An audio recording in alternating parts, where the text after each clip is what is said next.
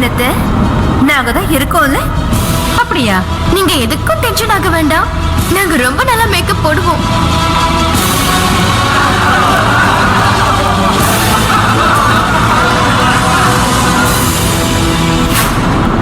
எங்களை மறுபடியும் அந்த மாதிரி எதுவும் செய்ய வச்சிடாதீங்க.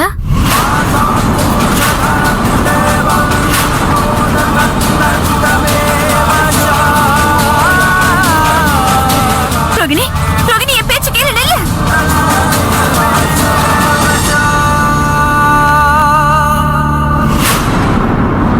உங்களோட பரிசுத்தமான பாதங்கள் எங்க வீட்டுல பட்டிருக்கு. நான் பாக்கியவான் ஆயிட்டேன்.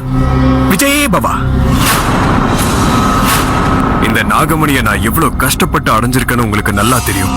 அப்புறம் இதோட சக்தியை வச்சு நாம எதை வேணாலும் செய்ய முடியும். நான் சொன்னது சரிதானே? ரொம்ப சரியா சொன்னீங்க. இந்த நாகமணியை நீங்க அடைஞ்சிருக்கீங்கன்னா அது உங்களுடைய மிகப்பெரிய சாதனை. அது எல்லாராலையும் முடியாது. அப்புறம் நீங்க இதுக்கப்புறம் செய்ய போறது இதுவரைக்கும் யாருமே செய்யாதது. அதை செய்யவும் முடியாது. நீங்க சொன்னது உண்மை குருஜி. இதுவரைக்கும் நான் எவ்வளவு செலவு பண்ணேனோ அத வட்டி முதலுமா வசூல் பண்றதுக்கு நல்ல நேரம் வந்துருச்சு குருஜி. இதுவரைக்கும் உலகத்தோட பார்வையில உங்களை ரொம்ப பிரபலமாக்கிருக்க, புகழடைய செஞ்சிருக்க. உங்களோட பேர்ல நான் ஏகப்பட்ட நிறுவனங்களை உருவாக்கி பக்தர்கள் கூட்டத்தை அதிகமாக்கிருக்கேன். அந்த பக்தர்கள் உங்க மேல கண்மூடித்தனமான நம்பிக்கை வச்சிருக்காங்க. இந்த கண்மூடித்தனமான நம்பிக்கையை நம்ம பயன்படுத்திக்கணும். ஏன்னா உலக மக்கள் எல்லாரும் நீங்க பேசுற ஒவ்வொரு வார்த்தையும் வேத வாக்கியமா நம்புறாங்க. புராணங்கள்ல சொல்லப்பட்டிருக்கு, சத்யுகத்துல ஸ்ரீராமரோட பேர் எழுதின கல்லு கூட தண்ணீர மிதக்குமா. ஆனா இன்னைக்கு கலியுகத்துல அதே சாமியோட பேரை சொல்லி நாம பக்தர்களை மூழ்கடிச்சிடலாம். அப்புறம் இந்த விளையாட்டுல மக்கள் பார்வைக்கு திரைக்கு முன்னாடி நீங்க தான் இருப்பீங்க. அப்புறம் திரைக்கு பின்னாடி இருக்க போறது நாம இந்த மணியோட சக்தியை பயன்படுத்தி அற்புதங்களுக்கு மேல அற்புதங்களை செஞ்சு இந்த உலகத்தையே வசப்படுத்த போறோம்.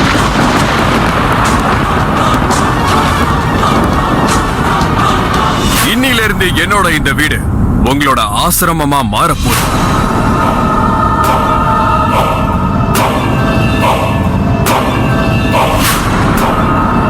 ஆயிரக்கணக்கான மக்கள் தங்களோட பிரச்சனைக்கு தீர்வு தேடி உங்ககிட்ட வருவாங்க. நீங்க காசை வாங்கிட்டு அவங்களோட பிரச்சனைகளுக்கு தீர்வு சொல்லணும். ஏன்னா இந்த நாகமணியோட சக்தியை வச்சு எவ்வளவு கஷ்டமான பிரச்சனைகளுக்கு கூட தீர்வு கண்டுபிடிக்கலாம். அது நோயா இருந்தாலும் சரி, இல்ல உறவுகளை ஏற்பட்ட குழப்பமா இருந்தாலும் சரி. குருஜி, உங்க மூலமா முதல்ல இந்த நகரம், அப்புறம் இந்த நாடு, அப்புறம் இந்த உலகத்தையே நான் ஆள போறேன். அது மட்டும் இல்ல, நான் இந்த உலகத்திலேயே மிகப்பெரிய பணக்காரனாவும் சக்தி வாய்ந்தவனாவும் மாறி காட்டுவேன்.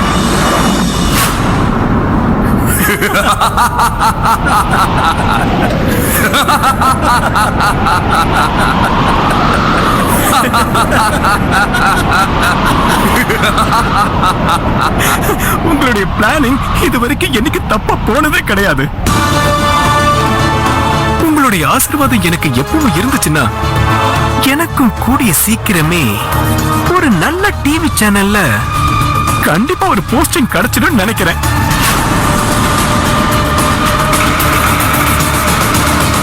அப்புறம் நேரடியா அரசியல்ல ஒரு நாற்காலி.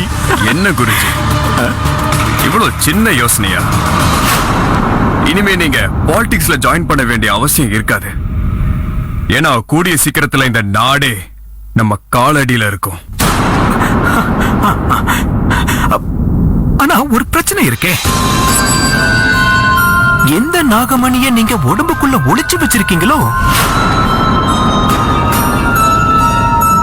அந்த மணிய கையில எடுக்காம நம்மளால பக்தர்களுக்கு எப்படி வைத்தியம் பார்க்க முடியும்?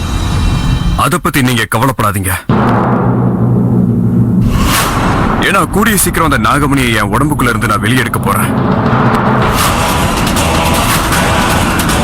எப்ப எடுக்க போறீங்க? இதுக்கப்புறம் என்ன பண்ணணும், எப்படி பண்ணணும், அத பத்தி கூட